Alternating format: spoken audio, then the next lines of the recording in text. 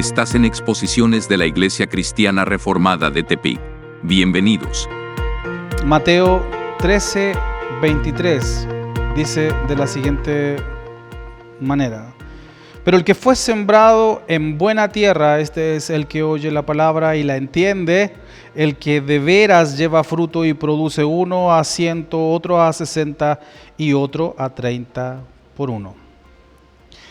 El Señor continuamente habla en parábolas o cuenta historias, o hay en ocasiones este género literario, parábolas guión historias o historias guión parábolas, es decir, parábolas que fueron historias reales, como en el caso de Lázaro,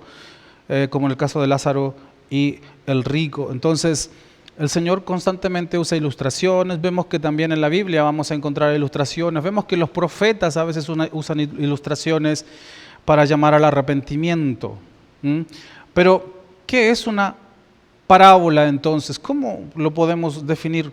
¿Qué es una parábola? ¿Qué es una parábola? ¿O qué es una ilustración para nosotros? ¿Qué es una historia parábola o una historia parabolizada, como le dicen técnicamente algunos teólogos? ¿Qué es? ¿Cómo lo definimos, una parábola?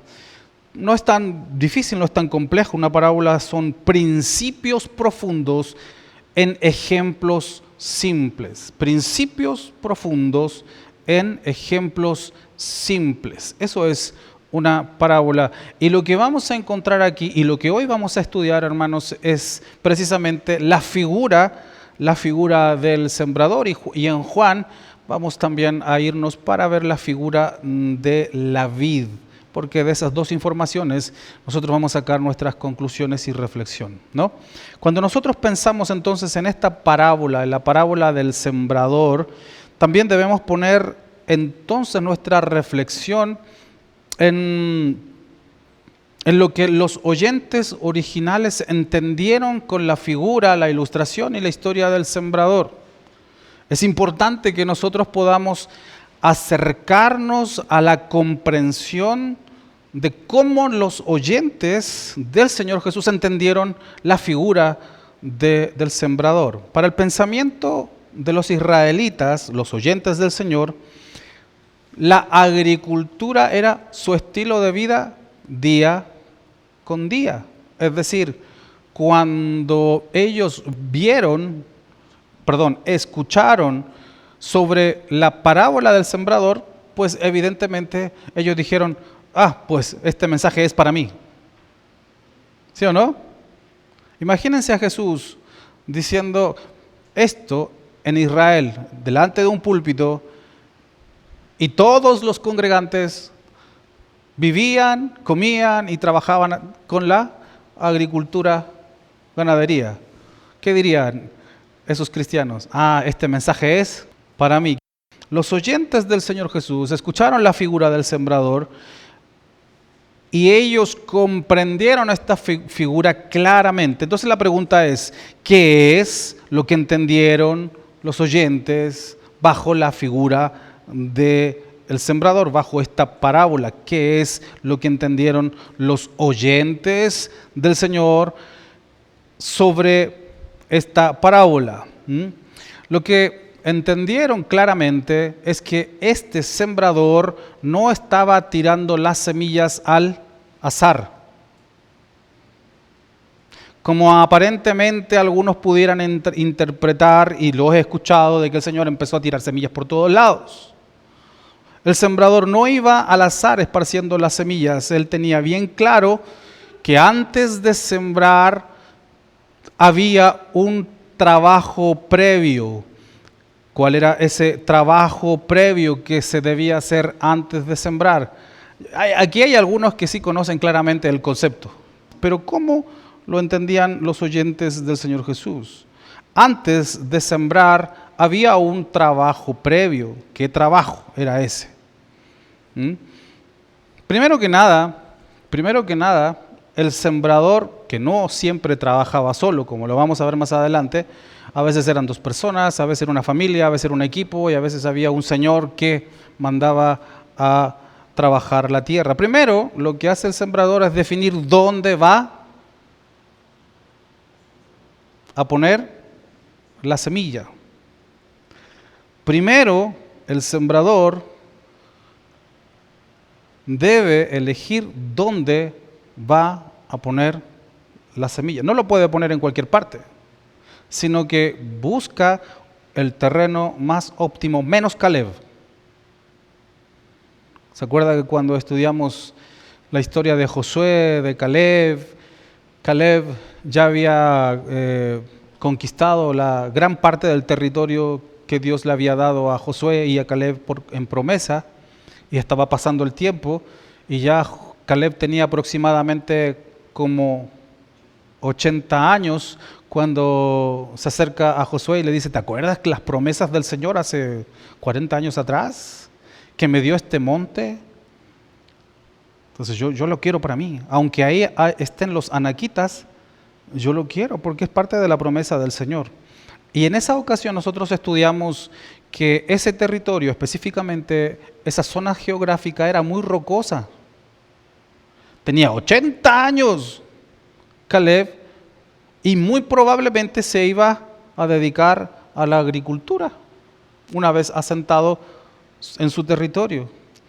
Entonces, por eso digo, el sembrador busca el mejor terreno.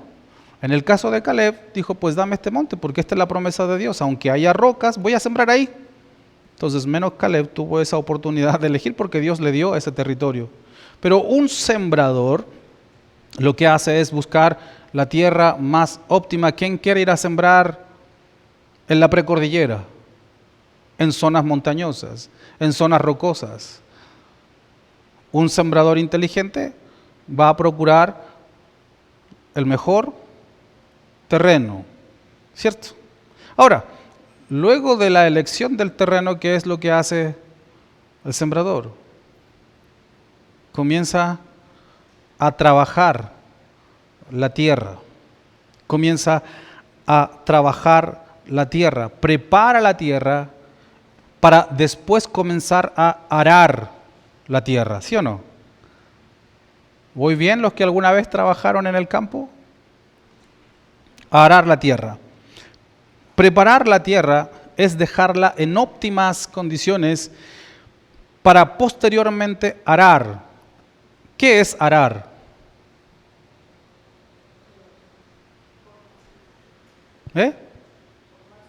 Miren, Marcela, está perfecto. Es hacer surcos, pero la tierra ya está preparada. En esos surcos ya no hay rocas, piedras, no hay hierba, no hay mala hierba, sino que los surcos ya están preparados. Hay una preparación de la tierra y luego arar la tierra. Así que lo primero que hay que hacer es eso: arrancar la mala hierba, preparar la tierra y hacer surcos. Eso es lo que tenían en mente los israelitas de aquella época cuando escucharon la parábola del sembrador. ¿Y es fácil preparar la tierra? ¿A alguien le tocó alguna vez? A mí me mandaron a hacer un huertito relativamente chico, así como el terreno de este edificio un poquito más grande, y me dijeron: prepara la tierra, y con un azadón, así se dice, ¿verdad? Asadón es un instrumento universal, yo creo, ¿no? Y me tocó una roca así, hermanos, así grande. Estuve toda la mañana ahí sacando la roca, que yo creo que la roca me sacó más sudor que cualquier otra cosa, y terminé cansadísimo. Y las ampollas, porque uno no estaba acostumbrado a trabajar la tierra, pero me tocó hacer parte de preparar la tierra. Y ya cuando estaba más o menos, sacar todas las piedritas con el rastrillo después a mano, sacar todo eso es mucho trabajo, y no fue una cuestión de un día, sino de varios días. Imagínense un terreno grande, antiguamente. Ahora no, porque hoy tenemos máquinas, pero imagínense en el tiempo de Jesús. Era difícil, no era tan fácil arar la tierra. En terrenos más grandes era muy difícil. En aquella época usaban animales para eso, ¿no? Entonces los oyentes del Señor entendían muy bien a lo que se refería el Señor con la parábola del sembrador, porque era parte de su día a día, de eso vivían, de eso comían, de eso se sustentaban. Así que los oyentes del Señor sabían lo siguiente. 1. El sembrador no esparcía la semilla en cualquier parte, sino que en la tierra que ya estaba lista para ser sembrada, es decir, la tierra estaba elegida, destinada, preparada, por lo cual el sembrador sabía que sembrando en ese terreno, ¿qué iba a suceder con el tiempo con esa semilla? Iba a dar frutos. 2. Sin embargo, y a pesar de eso, de que había sido elegida la tierra, había sido preparada, sin embargo, a pesar de ello, hubo semillas que cayeron en el camino, otro en pedregales y otro entre espinos. Pongamos atención a lo que dice el Señor ahora al principio del libro de Mateo, en el capítulo 13, en el verso 3 y 4, solamente la parte A. En el capítulo 13, en el mismo capítulo, pero en el verso 3 y 4, el Señor dice esto acerca de la parábola del sembrador. Dice así: entonces les habló muchas cosas en parábola diciendo: he aquí, un sembrador salió a sembrar, mientras él sembraba, parte cayó, etcétera, etcétera, etcétera. Quisiera que pusiéramos atención en la expresión entonces el sembrador salió a sembrar. ¿Qué quiere decir estas palabras? Estas palabras simplemente quieren decir algo así como: he aquí el sembrador salió a hacer su trabajo. ¿Y cuál era su trabajo? Sembrar donde la tierra ya estaba preparada. Eso quiere decir cuando escuchamos la expresión: he aquí un sembrador salió a sembrar.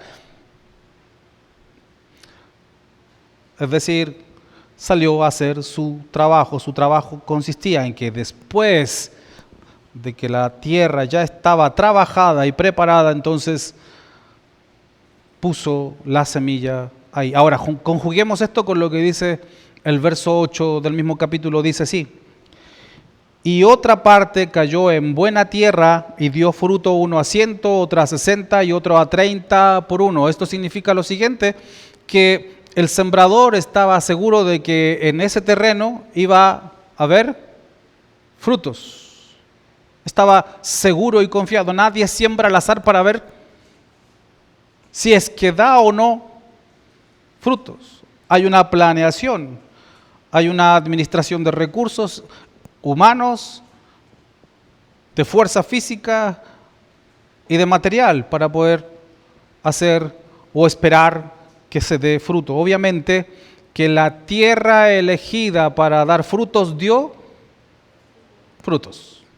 La tierra elegida para dar frutos dio frutos.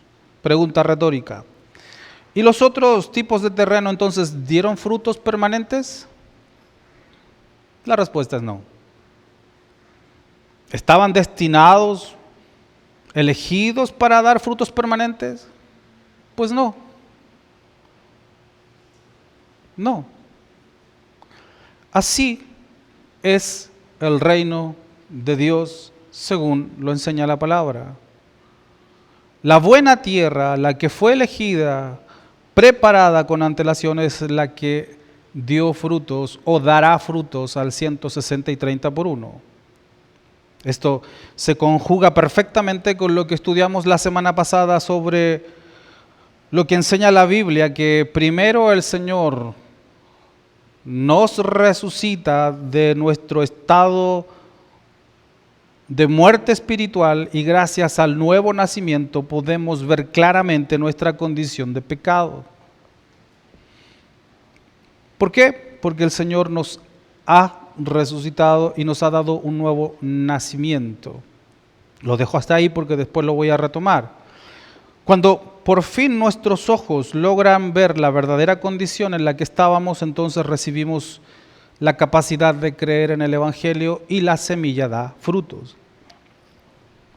Por lo tanto, como aprendimos la semana pasada, en la fe primero es la regeneración y luego la fe. Primero es la regeneración y luego la fe. Esa es la diferencia, una vez más repito, la diferencia entre la doctrina reformada y la doctrina arminiana. La doctrina arminiana enseña, o la semipelagiana, que es lo mismo, enseña que primero hay que creer para nacer de nuevo. Parece lógico y parece muy coherente. Sin embargo, la palabra de Dios enseña algo completamente distinto. Primero es la regeneración. Primero es nacer de nuevo. Primero el Señor nos resucita y solamente así podemos creer en el Evangelio. Primero es la tierra, se prepara la tierra y una vez que la tierra está preparada, entonces la semilla da frutos. Eso es lo que estuvimos estudiando el día domingo pasado. Ahora, para complementar lo que hemos estado estudiando el jueves y el domingo, el día jueves estuvimos aprendiendo de que existen 3 tipos de muertes en la Biblia. 3 tipos de muertes existen en la palabra del Señor. Cada una de estas muertes tiene una definición bajo el término separación. Cada una de estas muertes se conjuga con esta palabra, separación. Muerte es separación. Muerte es separación. ¿Cuál es la primera muerte? Ya lo sabemos los que vinimos el jueves. La primera muerte es la que heredamos de la caída, la muerte literal. ¿Por qué morimos? Por la caída de Adán. Entonces vamos a morir. ¿Qué sucede con la muerte? El alma y el espíritu se separan del cuerpo, separación. Hay una separación ahí en ese momento. La segunda muerte es la muerte espiritual. Y esta muerte es una separación temporaria o temporal entre el hombre y Dios. Es temporaria hasta que hay un nuevo nacimiento. Es temporaria para el salvo, porque cuando la palabra de Dios se revela, entonces esa comunión, esa separación entre Dios y el hombre se restaura. ¿Qué pasa con los impíos? Están en una muerte temporaria hasta el juicio final donde se consuma su muerte. O su muerte es consumada, su tercera muerte. La tercera muerte es la separación eterna de Dios. La tercera muerte es la separación eterna de Dios. En la primera y segunda muerte nosotros podemos ver algo de esperanza. Porque gracias al amor, gracias a la misericordia de Dios, gracias a su magnanimidad, no toda la humanidad va a seguir su natural camino hacia la muerte eterna. Gracias a las misericordias de Dios, a su gran amor, a su fidelidad, no toda la humanidad se dirige por naturaleza de su caída, por la naturaleza de su pecado, no toda la humanidad se dirige hacia la tercera muerte. Porque existe un remanente que al escuchar la semilla del Evangelio será salvo de esta tercera muerte. En la separación de la segunda muerte hay esperanza. Es decir, en la separación temporaria de entre el hombre y Dios hay esperanza. Porque una vez que ese remanente escuche el Evangelio, aquellos que lo escuchen y sean buena tierra, entonces serán salvos y darán buenos frutos. En la separación de la segunda muerte, la muerte espiritual, todavía hay oportunidad de perdón. En esta segunda muerte espiritual, en esta separación entre el hombre y Dios, todavía hay oportunidad de misericordia, todavía hay oportunidad de acercarnos a la gracia, todavía hay oportunidad de clamar a Él para que Él responda. Todavía hay oportunidad de regeneración, todavía hay oportunidad de salvación, todavía hay oportunidad de regeneración. Y mientras dure la gracia en la tierra, hay esperanza para esta segunda muerte. ¿Cuánto dura o durará la gracia sobre la tierra? Hasta la segunda venida de Cristo. Mientras dura la gracia, hay esperanza en esta segunda muerte. Cuando la gracia sea quitada, entonces vendrá el juicio de Dios. Y en este juicio, los que experimenten la tercera muerte, los que no fueron regenerados, los que no estuvieron dando buenos frutos, para ellos nunca más habrá una esperanza. Porque la tercera muerte es la separación eterna con Dios y de Dios.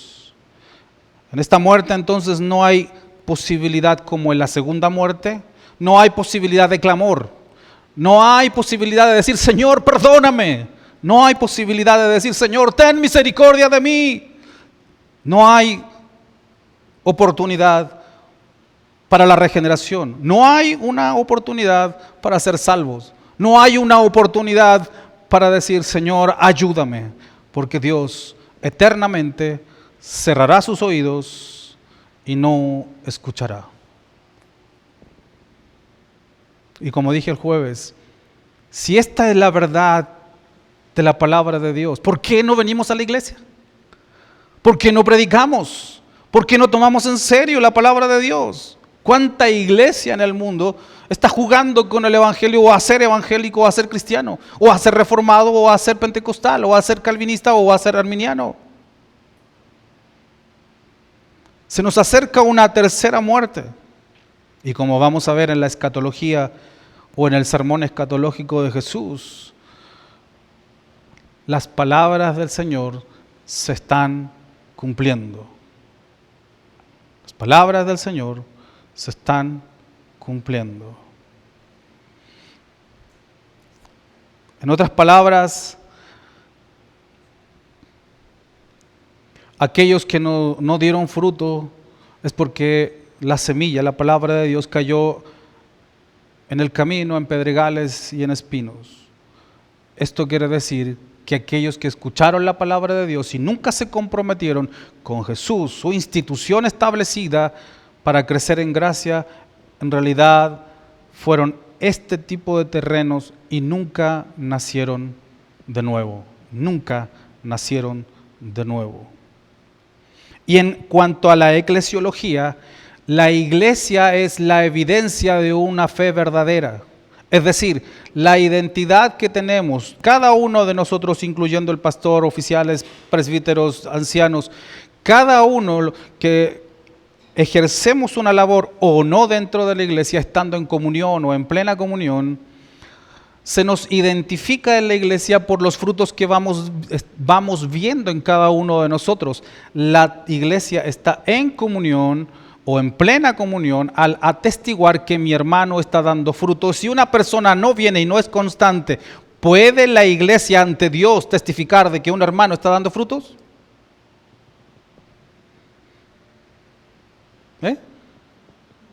¿Por qué? Porque estamos en el proceso de eclesiología, como dijimos, ¿no? ¿Por qué entonces fue establecida la iglesia como institución de Dios? Dentro de muchos factores, la iglesia es la que da testimonio de la misma iglesia. La iglesia es la que dice, mire, este hermano está sufriendo, está pasando por un estado de situación crítica, o este hermano está creciendo en la palabra de Dios y está mostrando frutos, está siendo constante, está participando en la actividad del crecimiento de su vida espiritual, porque las actividades de la iglesia se organizan para el crecimiento espiritual de la iglesia, de la misma comunidad de fe. No es para que tengamos actividades ni recibir más ofrendas, sino que para que crezcamos en conocimiento y crezcamos en gracia.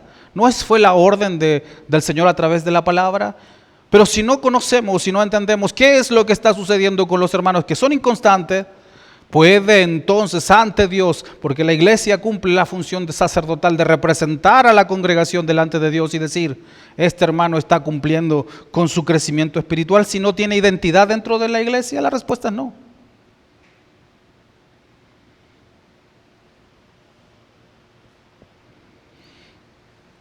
Entonces aquí viene la pregunta eclesiológica también de este sermón que dice, ¿cómo entonces es posible dar buenos frutos? Porque sí hay personas que quieren establecerse, vincularse a la comunidad de fe, ser parte de la comunión, y se preguntan entonces, yo quiero ser parte de la comunidad de fe, yo quiero ser parte de la identidad de la iglesia, yo quiero ser parte de lo que Cristo instituyó para mi crecimiento espiritual y testimonio de fe para que la iglesia testifique que voy creciendo. Entonces, sí hay personas que quieren ser parte de la congregación. La pregunta es que a veces surgen estas preguntas en los mismos congregantes y dicen, ¿cómo es posible dar buenos frutos? ¿Cómo entonces puedo evidenciar que estoy dando buenos frutos? La respuesta es similar y casi parecido al mismo concepto de un verdadero arrepentimiento que vimos en el catecismo. ¿Cómo es entonces un verdadero arrepentimiento? ¿Cómo se identifica un verdadero arrepentimiento? ¿Qué decía el catecismo?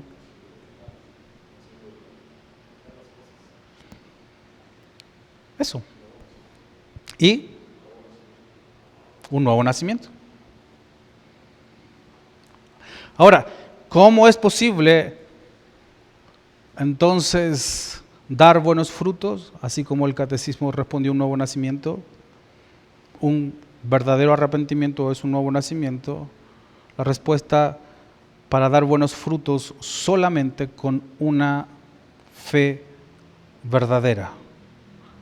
Así como el arrepentimiento exige un arrepentimiento verdadero, para dar frutos también se necesita una fe verdadera. Es decir, cuando una persona ha sido primeramente regenerada por Dios. Y surge otra pregunta. ¿Cómo puedo saber que Dios me quiere regenerado? ¿Soy acaso o no en la lista de Dios el candidato para ser o candidata para ser regenerado por Él? ¿Cómo puedo saber que Dios me quiere regenerado? ¿Cómo puedo saber que Dios quiere salvarme de la tercera muerte? Esto es muy fácil. Cuando la semilla se está sembrando. Cuando la semilla se está sembrando. En otras palabras, cuando la palabra se está predicando y cuando estoy escuchando aquella predicación. Cada predicación es revelación. Cada predicación es una revelación de Dios que podemos describirlo como lo hizo el autor de Hebreos, el autor anónimo de Hebreos, cuando escribe en el capítulo 3, versos 7 y 8, que dice, por eso, como dice el Espíritu Santo, si oyen hoy su voz, no endurezcan su corazón como en la provocación, en el día de la prueba en el desierto. Cada predicación es revelación de Dios. Y cada vez que esa predicación está susurrando a nuestros oídos, es la voz del buen pastor que está llamando.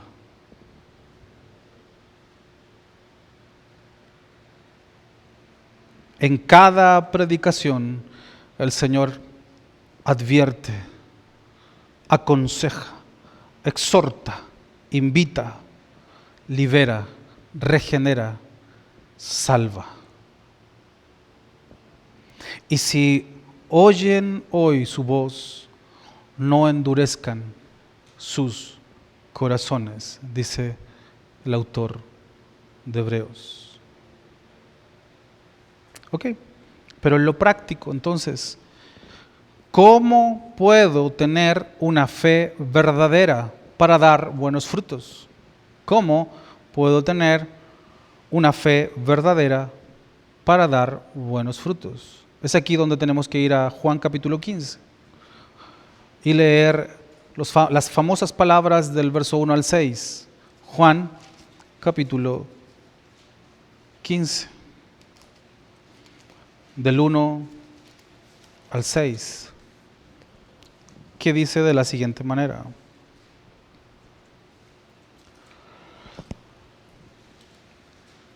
Yo soy la vid verdadera y mi Padre es el labrador.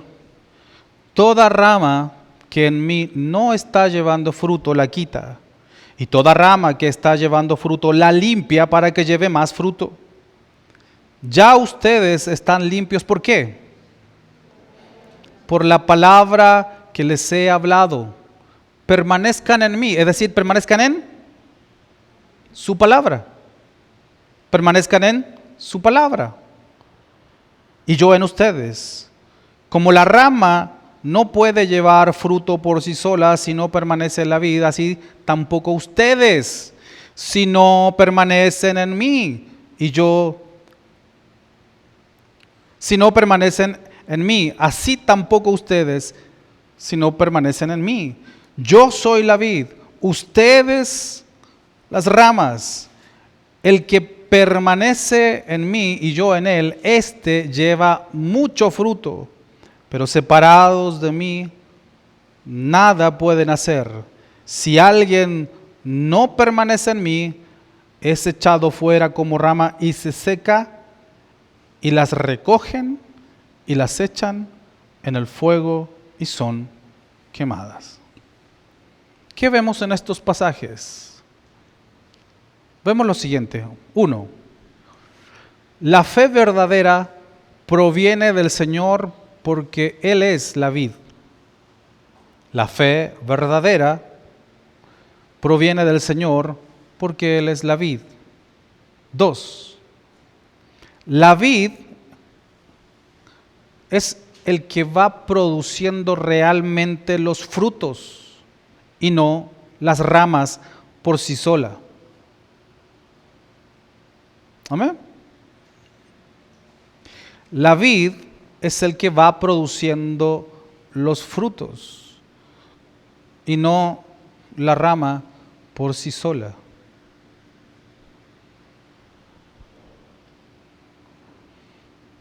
Tres,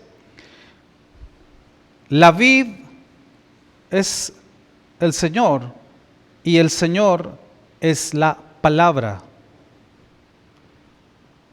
La vid es el Señor y el Señor es la palabra. De hecho, Juan 1:1 comienza, en el principio era el logos, el verbo, la palabra. Esto quiere decir lo siguiente. Este es uno de los pasajes más eclesiológicos que he podido encontrar en la palabra de Dios. La vid es el Señor y el Señor es el logos, es el verbo susurrando. Es la palabra susurrando, es la palabra activa. Es decir, como Él se fue, dejó su palabra y ella es nuestra autoridad. El verbo, cada vez que se predica, Él es el verbo susurrando. 4, y muy importante, la palabra, el logo susurrando, es el que quita todas las impurezas del corazón del hombre. Cada vez que nosotros estudiamos la palabra de Dios en forma seria, es como un espejo que nos muestra nuestras virtudes y también, sobre todo, nuestras impurezas. La palabra, el logos, el verbo susurrando, es la que quita todas las impurezas. Pero aquí vemos el fin y el propósito del por qué la palabra del Señor saca nuestros pecados a la luz. No es porque al pastor le guste ser como Pablo y decir, ustedes son pecadores, pecadores, pecadores, pecadores. A la luz de las Escrituras, ustedes han logrado ver por qué y cuál es la razón por la cual la palabra de Dios saca todos nuestros errores. Lo expone y nos ve y nos hace un escaneo profundo a nosotros. ¿Pudieron ver lo que dice ahí en estos versos? ¿Cuál es la razón por la cual el Señor expone nuestro pecado? En la figura de la vid. Para producir más fruto. La palabra nos expone porque toda nuestra impureza queda a la luz, y una vez que eso sale de nuestras vidas, ese espacio queda para que sigan creciendo ramas y en esas ramas salga más fruto. Ante esto debiéramos decir: Señor, entonces, como dijo el salmista, examíname, Señor. Háblame, Señor. Expóneme, Señor. Porque mientras más expuesto estoy, mi pecado ante ti será borrado, para que en ese lugar, en lugar de pecado, en lugar de fornicación, en lugar de mentira, en lugar de inmoralidad sexual, salgan otras ramas que vayan dando verdaderos frutos. Quinto, pero el que no da fruto sufrirá la tercera muerte, la separación eterna con Dios. Hasta aquí, en este sermón, en esta exposición, hemos visto dos ilustraciones. En estas ilustraciones podemos ver lo que es una parábola historia. En principios profundos, en palabras o ejemplos simples, podemos ver dos ilustraciones: el sembrador y la vid. Es como que si el Señor dijera en sus dos ilustraciones: ahora les he enseñado a ustedes a ver principios profundos en palabras simples. Ya están capacitados para ver estos profundos principios. Así que yo quisiera en esta mañana ahora reflexionar además en otra figura que menciona el Señor en el libro de Juan. Verso 1 dice: yo soy la vid verdadera y mi Padre es el labrador. No existe ninguna ilustración extendida ni explícita sobre la figura del labrador en estos dos ejemplos, pero el labrador resulta una figura tan anónima como tan importante. ¿Cuál es la función del labrador? Si está asociado, como lo presenta la figura aquí el Señor Jesús, si está asociado con el sembrador, entonces el labrador tiene la función, así lo dice la definición del diccionario, de dedicarse a adecuar o preparar la tierra para una siembra exitosa. Y no tenemos nada en la palabra de Dios acerca del labrador más que las palabras del Señor, que dice: mi Padre es el labrador. Y esta pura palabra asocia a la vid con la parábola del sembrador. Así que prácticamente el Señor dice: en estas dos parábolas les voy a dejar los principios para que ustedes aprendan a interpretar las otras figuras que vamos a encontrar. Y encontramos al labrador. ¿Qué es lo que hace el labrador? El labrador destruye las malas hierbas.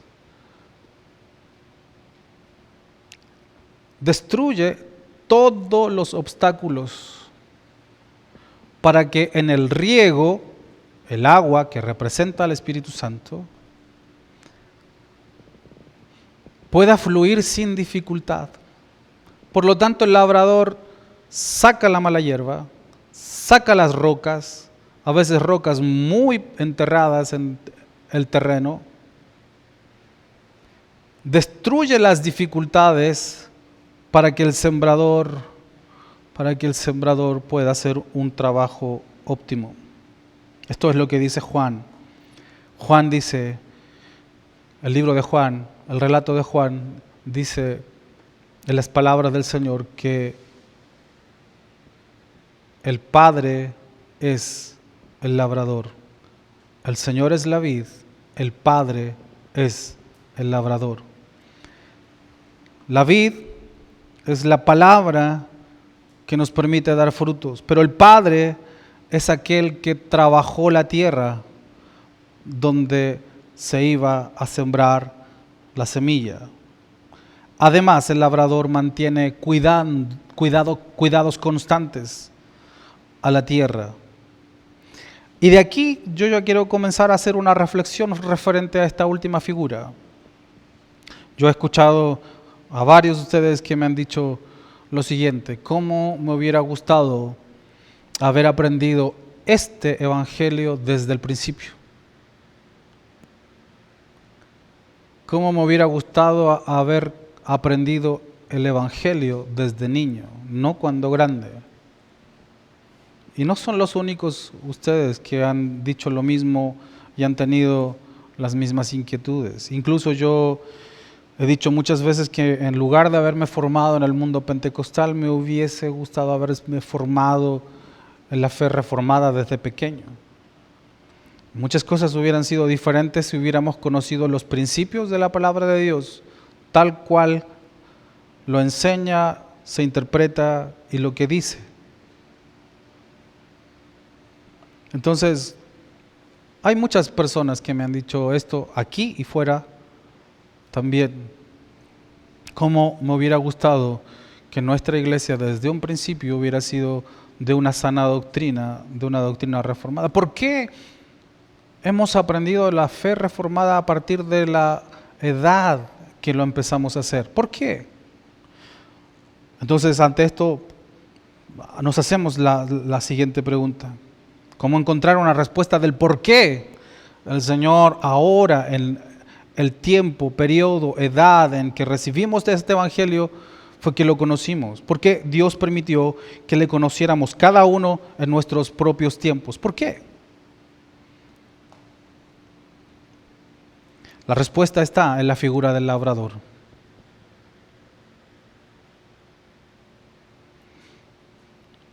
¿Cuál es la respuesta en la figura del labrador? Es que el labrador estuvo trabajando en nuestros corazones, en su tiempo, durante su tiempo, para que nuestro terreno sea fértil.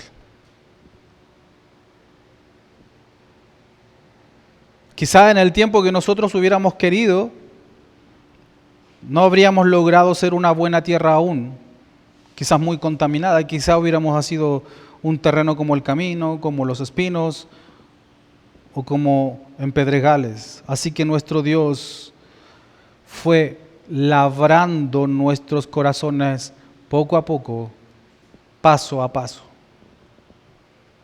Y por tal motivo, tal como lo hace el labrador que usando ciertas herramientas tuvo que destruir toda la mala hierba, sacar las piedras, rocas de nuestros corazones, tuvo que golpear la tierra porque habían zonas muy endurecidas.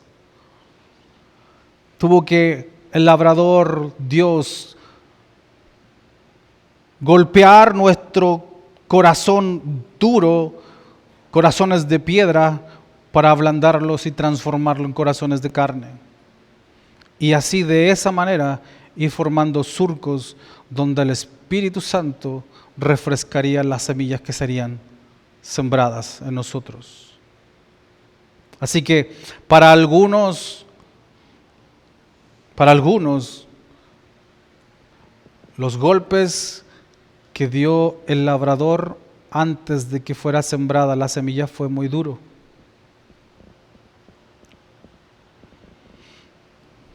Para algunos la vida los golpeó muy fuerte. Quizá para algunos el periodo el tiempo de labrado fueron muchos años. Para algunos, el Señor con su azadón tuvo que sacar zonas rocosas muy duras de los corazones, y eso llevó mucho tiempo, no solo una experiencia, sino varias. Quizás tuvo que arrancar cosas con las que nosotros nos sentíamos cómodos y nos resistíamos a ser limpiados o preparada nuestra tierra por Él. Quizás con esas formas en las que nos sentíamos cómodos, nos sentíamos quizá amados, quizá nos sentíamos abrigados y quizá nos sentíamos confiados. Pero Dios tuvo que sacar eso para ablandar nuestro corazón. Para algunos, nuestro Dios labrador consideró que el momento ideal para sembrar la semilla fue estando con nuestros padres. Para otros, habiéndolos quitado de la vida.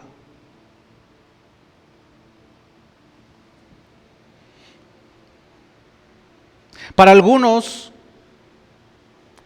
el tiempo ideal del labrador Dios fue cuando teníamos a nuestros hijos a nuestro lado, a nuestra familia a nuestro lado. Para otros, cuando ya eso no estuviera. Para algunos,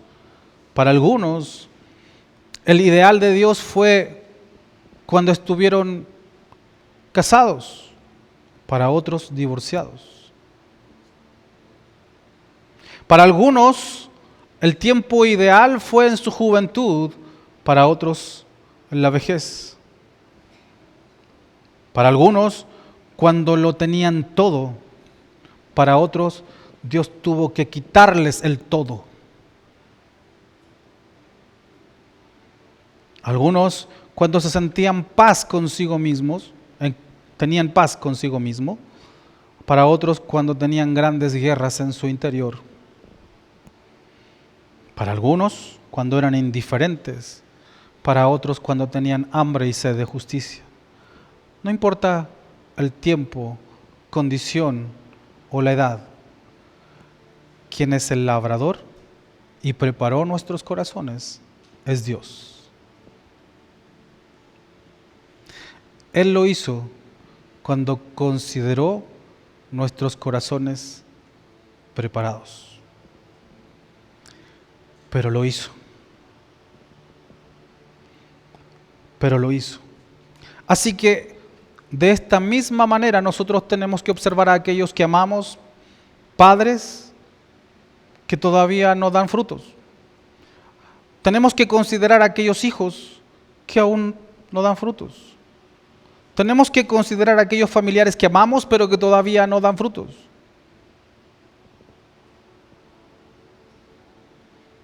Oremos por ellos y confiemos que Dios está trabajando en sus vidas, que en algún momento el buen labrador, nuestro Dios, está preparando sus corazones. Cuando vemos a un hijo rebelde, cuando vemos a un hijo que no quiere dar frutos, a lo mejor vaya a ser como padres cuando estemos en vida o cuando no lo estemos, cuando ya no estemos en esta tierra. Pero nosotros no confiamos en nuestra vista, confiamos en el labrador.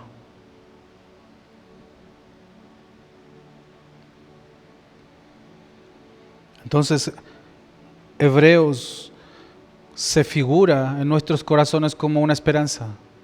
Si hoy escuchan su voz, no endurezcan sus corazones.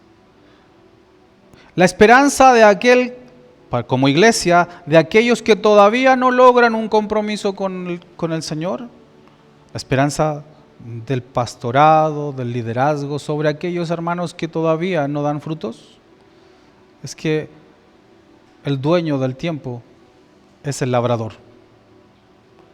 Él hará la obra. Y con esto conjugamos la soberanía de Dios. La soberanía de Dios tiene una característica muy importante: su misericordia, su justicia, su bondad. Si en nuestros corazones estamos sufriendo por nuestros hijos, por nuestros familiares, que aún no conocen la palabra de Dios, reposamos y descansamos en la soberanía de Dios. En su soberanía hay gracia, misericordia, bondad.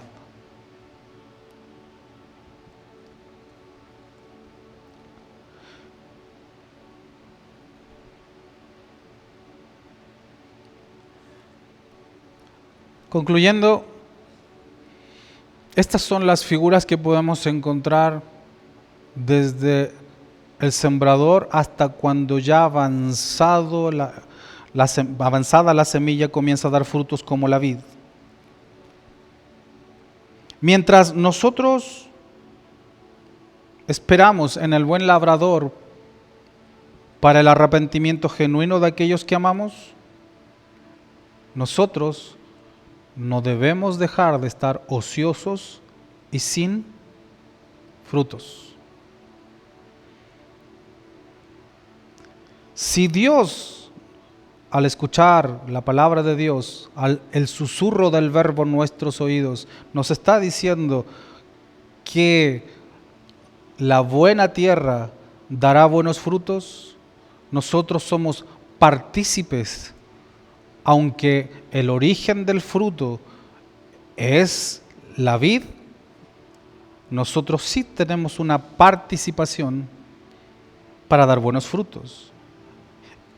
Ese margen en el que somos autorizados para dar frutos se llama santificación. Y la pregunta en conclusión, el desafío y exhortación es: ¿estamos dando buenos frutos? Cuando el Señor expone nuestro pecado, estamos sacando toda esa impureza, porque ahí Dios quiere poner algo más virtuoso que el disfrute del pecado. El diablo engaña diciéndonos de que el pecado es placentero. Pero si supiéramos ver lo bueno, agradable y lo fabuloso que es dar frutos verdaderos de arrepentimiento, hermanos, nuestra convicción y fe aumentarían exponencialmente. Por lo tanto, la pregunta y desafío y exhortación es: ¿cómo está nuestro compromiso para dar buenos frutos? ¿Estamos dispuestos a que la comunidad, la institución de Cristo, la iglesia, sea testigo del fruto que Dios está haciendo nacer en nosotros? Así que esta mañana nuestras oraciones es que, incluyéndome, renovemos un compromiso con Dios para seguir llevando buenos frutos. Todo lo que el Señor nos hizo pasar previamente para que lleguemos al arrepentimiento fue una gran inversión de parte de Dios, y a veces muy dolorosa en nuestros corazones.